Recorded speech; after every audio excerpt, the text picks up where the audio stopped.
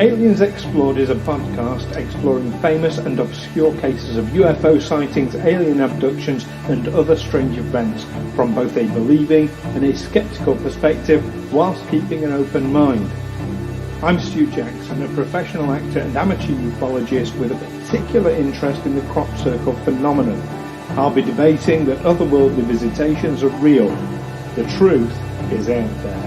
And I'm Neil Kelly. I'm a professional actor as well and used to work for the military as an intelligence analyst. I'll be arguing from a more doubtful point of view. I mean, it's all a bit far-fetched, isn't it? In the summer of 1952, Washington DC was buzzed by groups of unidentified flying objects over the course of several days. These craft had capabilities that enabled them to encroach on US airspace with impunity, at a time when Reds under the bed's paranoia was at its height, and when American-led forces were having a very hard time fighting communist forces in Korea. Join us on Aliens Explored as we examine the multiple intrusions that became known as the Big Flap.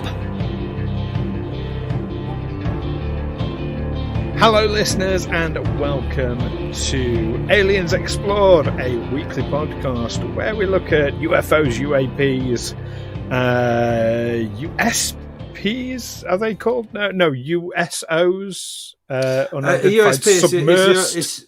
A USP is your unique selling point. That's right. USOs are unidentified submerged objects. We look at all sorts of weird and wonderful things connected with aliens and UFOs, as you would guess from the title.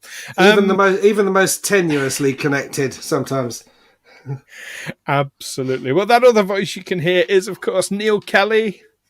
Hi, I'm one of your presenters, Neil Kelly. And I am your other presenter, Stu Jackson. So how are you keeping, Neil? Well, yeah, I don't know. I'm at that stage where I think I've got a bad cold coming. And the reason I think that is because my wife has got a very bad cold, so bad that she's actually off work, which isn't something she does very lightly or ever at all, and thinks people should never take time off work just for a cold, but she's done that because it's so severe. And I've been keeping my distance from her, not just for that reason. I find it's just generally a good policy anyway for the health of our marriage. Is married life suiting you, Neil? Is there anything you want to tell us?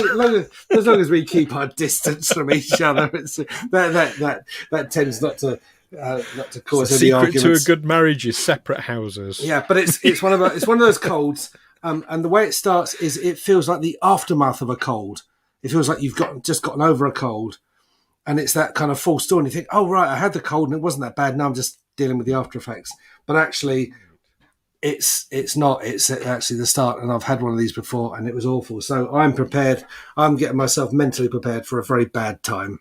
Oh, dear. Well, I hope you feel better soon, mate. And you've done your lat flow test and that. You've double-checked it's not the plague. Actually, no, I haven't. No, I'm pretty sure it's not. Okay. It's just a cold, Worth a lat flow, just a lateral flow. I could do a lateral. I mean, I've got a big box of them. When I was doing lateral flow tests at school, and when we finished, they said, "Well, we've got all these boxes of lateral flow tests. Would you like a box of 50 or 100 tests?" So wow. And I haven't done one of them. Oh, I do them like twice a week. I'm doing my testing. Yeah, because I'm really. In fact. Well, I don't do them if I don't go out the house, but every time I go out the house, I will do one the next day. If I go out the house for any reason, yeah, I'm sort of quite vulnerable, medically speaking. Me too. Despite being double jabbed, I mean, my dad, like a friend of my dad's, very sad, double jabbed, all the rest of it, caught COVID and died. As much as it reduces the risk, and it does reduce the risk, like of catching it, of the severity of it, like really phenomenally, doesn't eliminate it. Still need to be careful, people still die of flu after they've had the flu jab, so that's it. They're probably the same sorts of rates. I mean, the rates are. You have to. I think it's just very unlucky, isn't it?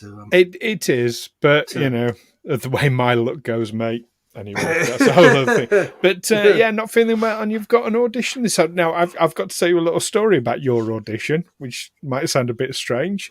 Okay. I was speaking to my sister this morning. And we have a weekly phone call, and I brought the phone call forward because we're recording a little bit earlier today because of your audition. No, I mean that's not criticism. That's like, how dare you? But I mentioned this to her, and of course she listens to the show. And she said, "All right, well, do wish Neil the best from me." And she said, "Neil doesn't have a fucking clue who I am." But of course there's this weird dynamic, and I've experienced it myself with other podcasts I listen to, and then meeting the people involved. You feel like you get to know people really, really well, but of course they don't know you. So she's been listening to like this, and she feels like she's gotten to know, especially because that's nice. You're not shy with your opinions. I mean, neither of us are. Is that what she said? No, that's my words. But so personality wise, we come across obviously. So she does feel she's gotten to know you really well. That's lovely. She'd love a shout out. Her name's Dawn. Oh, Dawn, thank you so much for your well wishes. I have an audition this afternoon for a Christmas drink driving advert, and as I understand it, it's warning against drink driving. Rather than promoting it. Yeah, so thank you very much for your warm wishes, and perhaps one of these days we'll eventually meet up in person. You never know. You never know. I've met her. She's a thoroughly delightful person. Despite being related to me. But anyway, so all the best for your audition this afternoon, mate. And thank you very much. A leg. Hopefully you'll let us know how you get on in a future episode. I will do, yes. Yeah. I have actually been getting some work lately. I shot I don't know if any of our listeners ever watch Channel 4 Online. There's a comedy show called Debate, which is that's a UK channel. That's a UK channel, yes. So it's B@IT, and I've just done another comedy sketch for them. Oh, nice! This woman makes blankets to hide the homeless. The previous one was called "This Woman Recycles Sex Toys." Right. Oh, yes, I remember that one. Who can forget? From last year. I think people can find these things on YouTube as well, can't they? Down there, clips on YouTube. Yes, there are clips on YouTube. It's all there on YouTube. I don't know if YouTube is divided by nationality, whether you can only find certain things. No, it isn't. Oh, right, I don't believe. It's on YouTube. Either Debate B@IT. This woman recycles sex toys, and coming soon, this woman knits blankets or makes blankets to hide the homeless. So. This woman recycles sex toys. We will not be held responsible for whatever results your search may reveal on that. Just to be clear, does it need an adults only warning? If it does, there'll be one there. So I mean, it's an online show, so it's aimed at young people anyway. You're washing your hands of all responsibility here. I wash my hands of all responsibility. I'm just a jobbing actor who has no idea. I just turn up, say the lines. Excellent. Well, turning up today and saying our lines. I was on the verge of a segue with that, but I buzzed it. Never mind. We are here today. I'm just going to say it. We're here today to talk about an event back in 1952. Long time ago, over in Washington DC. And this time we're actually going to talk about it, aren't we? I mean, we are. You've got the whole Roswell, the final verdict thing out your system now, haven't you, Neil? I have. I've said my piece. I can remain silent. I hope I haven't upset Marcus at all. I'm sure you haven't. I have pointed him in the direction of that episode to listen to. Although I haven't heard from him since. So, okay. I think I was careful not to criticise Marx, you- apart from his hat, which wasn't his fault. You were very complimentary. You've almost got me. You've almost triggered me again. Right, Washington, DC. Washington, DC, 1952. Bunch of UFOs appear in the skies, causing great consternation. A load of UFOs over a series of days. This is not just one event. This is a lot. I mean, so much so, it became known as the Big Flap. The Big Flap, yes. The Big Flap was the collective term for this, because it wasn't just one sighting of UFO. This was a series of sightings over a period of days. Incredible sightings as well. Not just civilians, but you're looking at military radar operators, you're looking at pilots, proper credible sources for these events. Now, one of our usual questions that I always put to you, had you heard of this event before, Neil? No, I hadn't. I hadn't heard of the Big Flap, I have to say. But I mean, not just necessarily under that term. I think that's what it's called in ufology circles, but not so much outside. But had you heard of the UFO, UFOs over the White House? No, I don't think I had. And it's incredible, really. If you think of at the time it happened, the context in which it happened, the Big Flap must have been a tremendous flap. I think 1952. It was at the height of the Reds Under the Bed scare.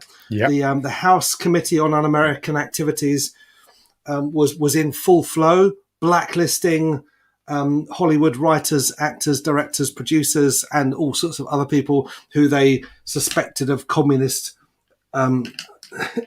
associations. The war in Korea was going very badly. Now, American forces had a nasty surprise, or their air forces had a nasty surprise when the Korean War started. They came up against I think they were Chinese piloted MiG-15s, which, although Americans did have some jets at the time, there was such a rush to get to Korea to stem the advance of the North Korean armies into the south. America apparently had deliberately not supplied South Korea with decent weapons technology because they feared that the South would invade the North. So they kind of overcompensated, and of course, America turned up with largely prop planes, World War II vintage, in large part because of the lack of runways in Korea. At least these prop planes could use what limited facilities they had, unlike the jets. But then they came up against the MiG-15. Suddenly they're outclassed in the sky. So to suddenly have flying objects over Washington, which they can't get near, I mean, you think that by 1952, the Americans had got jets like the North American Sabre, which was a match for the MiG-15, was more than a match for the MiG-15, because they're all over in Korea fighting the Korean War. So they probably haven't got their best aircraft. And suddenly there's these high-performance craft over the nation's capital, which they seemingly can't do anything about. That must have been a considerable flap. Well, I mean, even if they had their best jets, some of the reports, like there's one in particular from Kenneth Arnold. It's quite a famous report as part of this, who was a search and rescue pilot.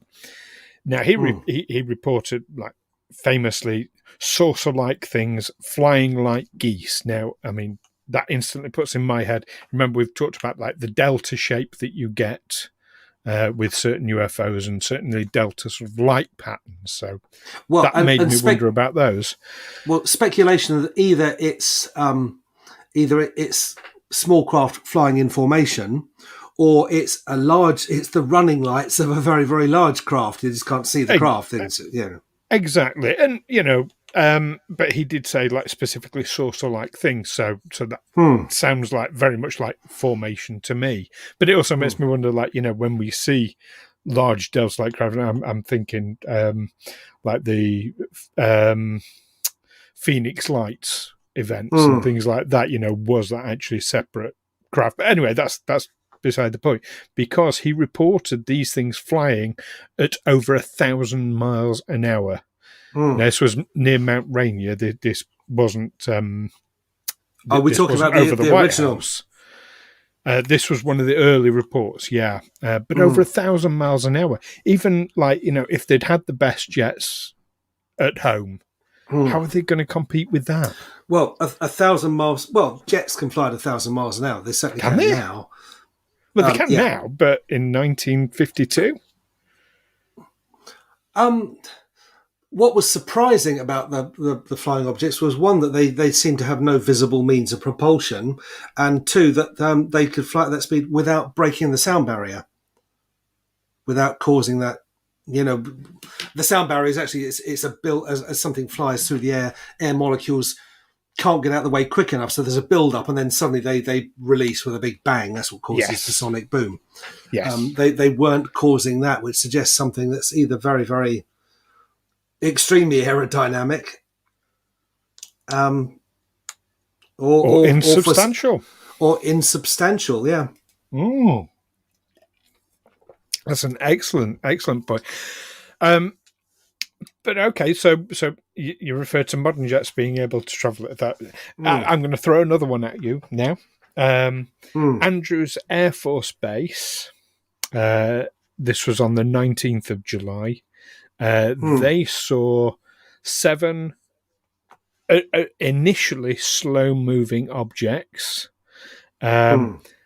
moving slowly away from them at initially quite slowly, then accelerating to over, and this is the official report from Andrews Air Force Base, over 7,000 miles an hour. That's fast. Also reported as seeing them as orange balls of fire. And in aerodynamic terms, I'm sure that what did we call him when we spoke to an engineer? Barry.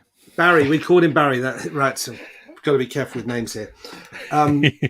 Yeah, I don't want to have to edit you out again, Neil. Yeah, I'm sure he'd agree that that's difficult to do.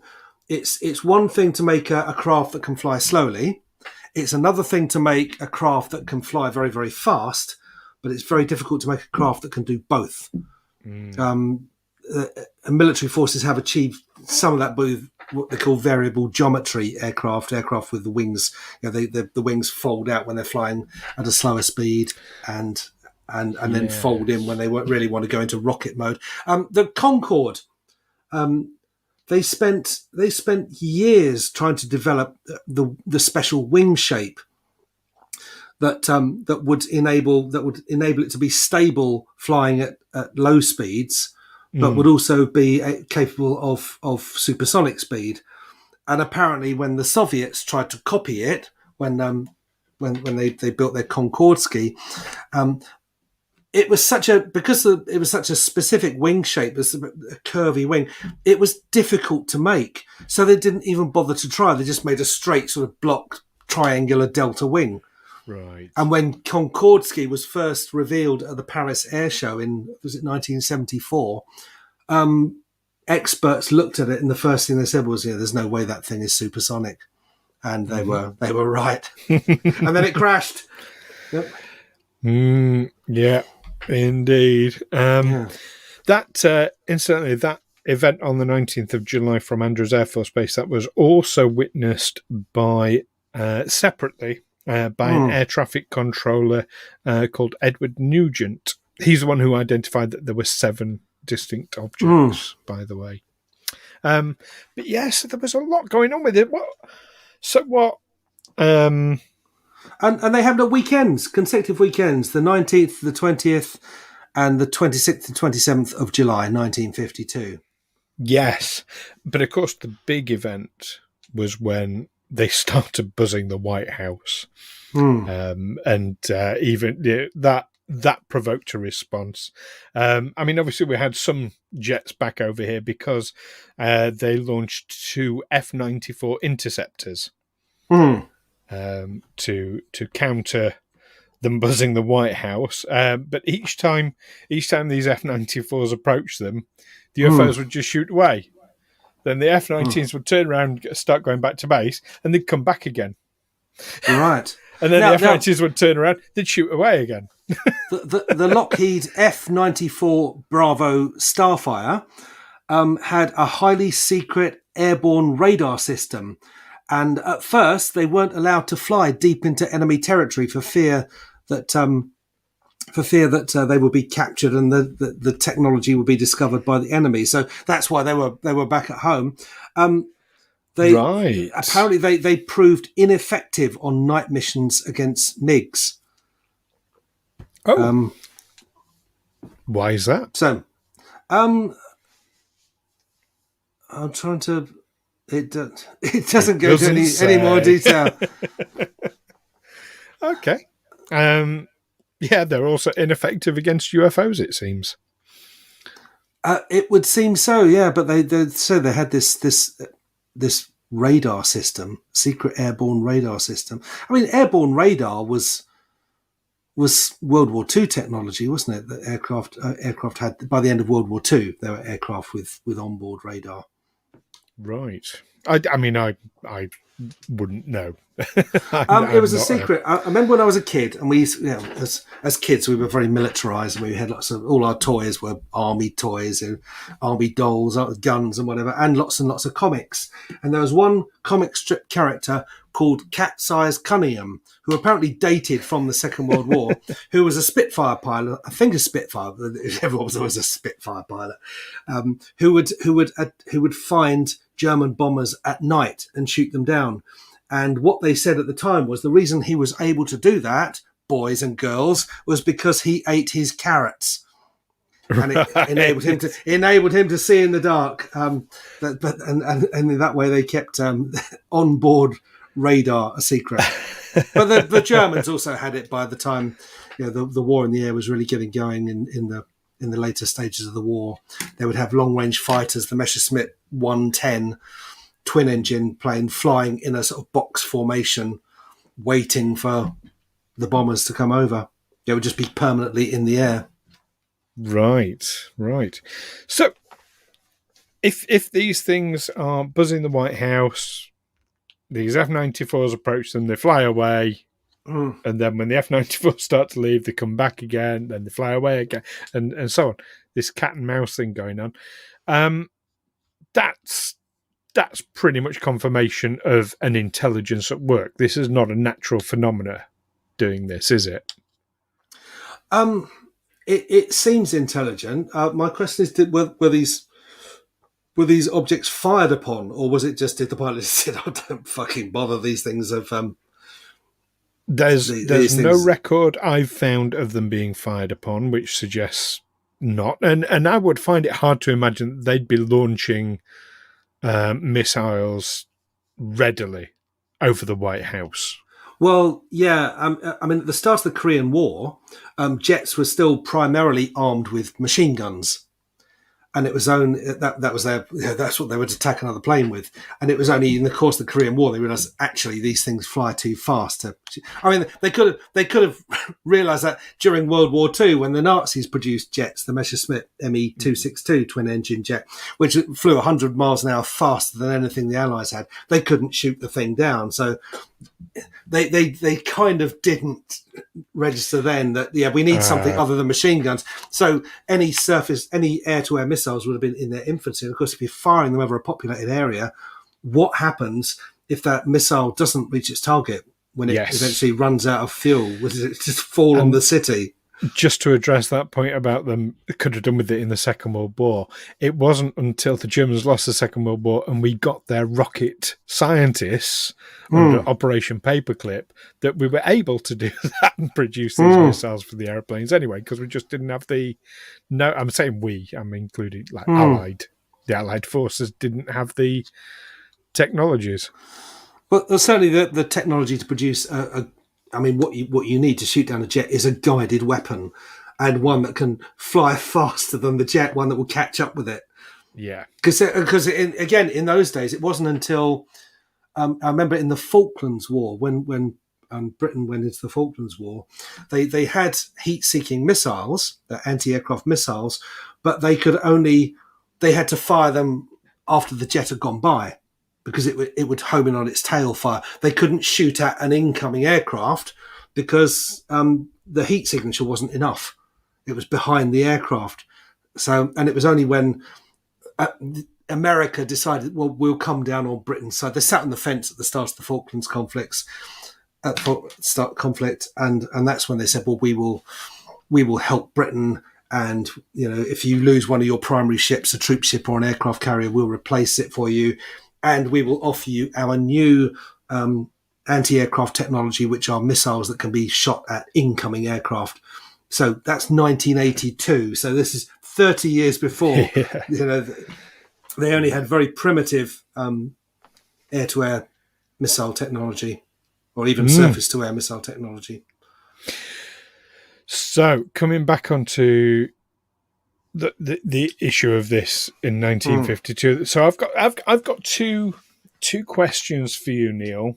The first one, if we are talking about an intelligence here, what do you think it was? If we are talking about an intelligence, I don't think it was terrestrial in origin. It wasn't the Russians or the Chinese or any other rival who'd suddenly made a vast technological breakthrough. We would have known about it by now. There's all sorts of stuff that's been declassified since the fall of the Soviet Union, all sorts of stuff we didn't know before. But that wasn't among them. I mean, okay. America at one point, in the early 60s, they thought they had the power to fly into Russian airspace with impunity. Have I told you the story about Gary Powers before? I don't remember the name. The whole thinking they're invulnerable thing, yes. But Gary Powers was the pilot of a U-2 spy plane, which was sent over the Soviet Union. And he was told, don't worry, this thing flies too high. The Soviets don't have anything that can shoot you down. They don't have a plane that can fly that high. They don't have missiles that can reach that high. And how wrong they were. But he was also told, in the event of some kind of malfunction, when you eject from the plane, you press the eject button, it will eject you from the plane, and then a few seconds later, the explosives which you're carrying in the plane will destroy the plane so that there's nothing for the enemy to salvage. They won't be able to, there's no technology they'll be able to exploit. So anyway, their predictions proved wrong. The Soviets did indeed have a missile that could reach him, which damaged his air. Didn't blow him to pieces. It just damaged the aircraft. He knew he was going to come down in the Soviet Union, but he also knew that he was working for the CIA. And a rumor had apparently gone around the pilots that actually, if you press that eject button, it won't eject you. It will just blow up the plane with you in it. And that way the Soviets won't get either the plane or the pilot. So he didn't press eject. And he managed to bring the plane in for a forced landing. So the Soviets got both the plane and the pilot. So how things can backfire when you're not trusted by the people who work for you. Was it true, though? Would the plane have blown up if he'd done the eject? Actually, I don't know. Gary Powers was exchanged for a Soviet spy some months later and then mysteriously died in an accident shortly afterwards. So... right. Not much of a mystery. No, but the U-2 spy plane, along with the later Blackbird American spy plane, have both at times been subject to UFO reports. Yes, and the military is quite happy to, in particular. Yeah, but the military has been happy to keep them that way because, it's just it's just someone who will be dismissed as a crank for reporting a UFO rather than someone who's actually spotted our new secret plane. Yeah, and also it's a way of discrediting UFO reports. Yeah, yeah, but I mean that's a process. Both ways, that one. Yeah, it works both ways. Yeah. Okay, so the answer to my first question: not terrestrial. You're not convinced this is not a terrestrial, so we've converted you. That's good, right? My second question then is a bit more obscure. Given that you'd not heard about this, and it is such a major, UFOs buzzing the White House, even though it was, with impunity, 70 years ago, nearly 69 years ago. Why do you think you've never heard of this?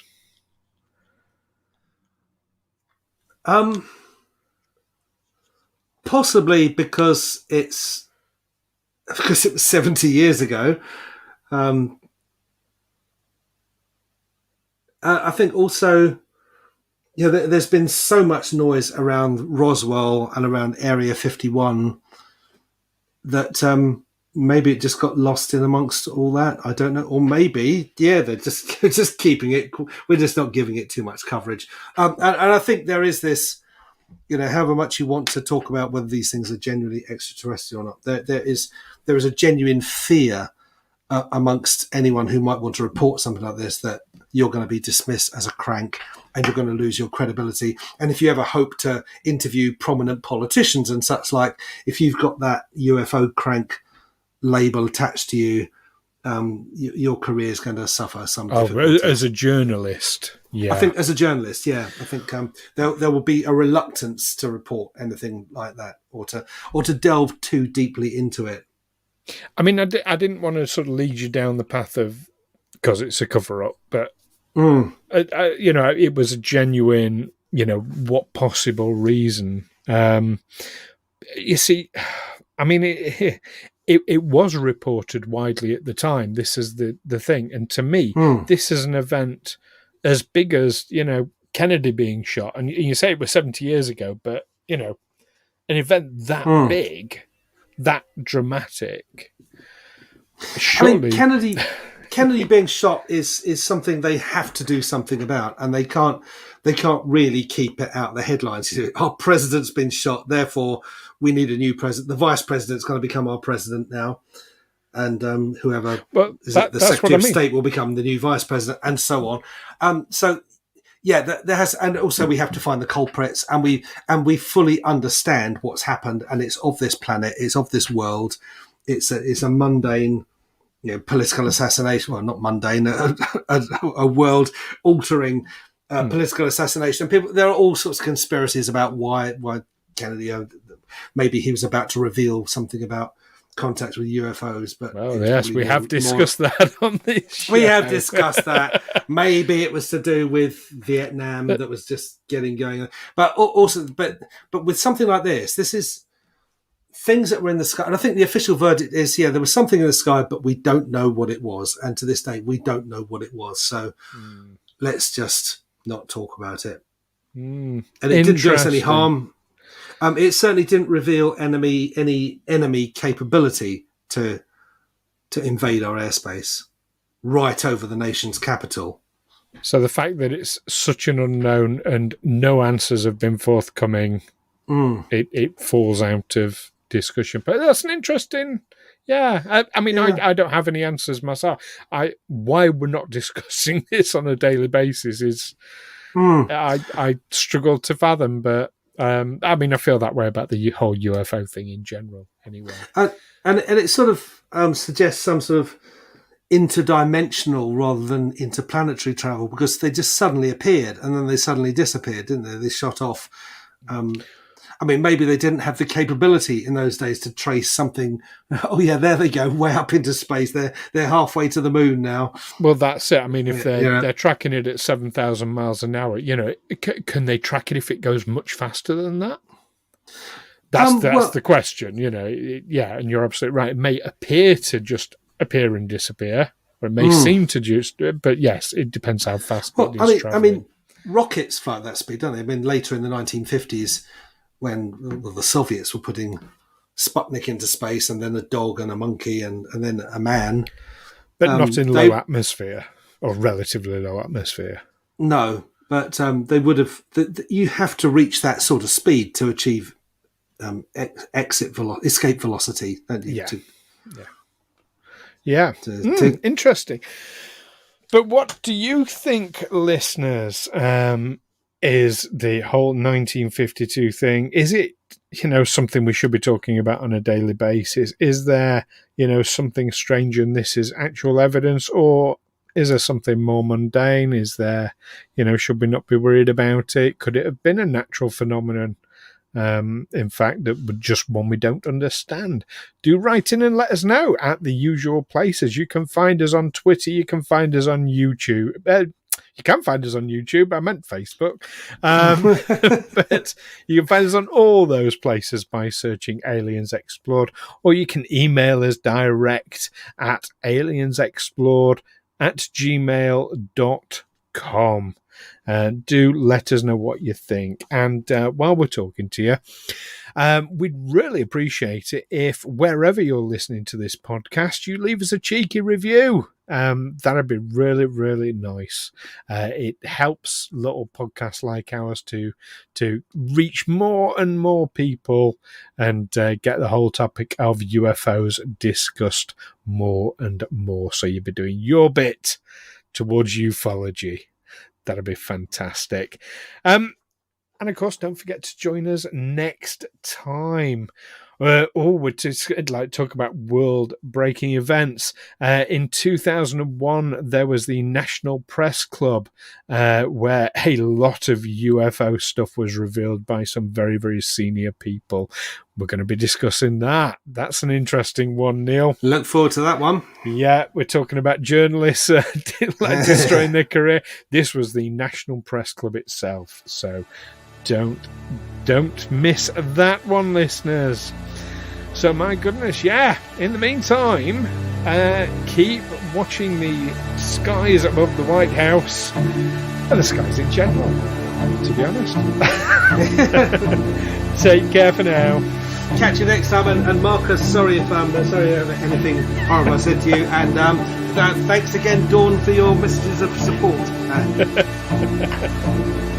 Bye-bye. Bye.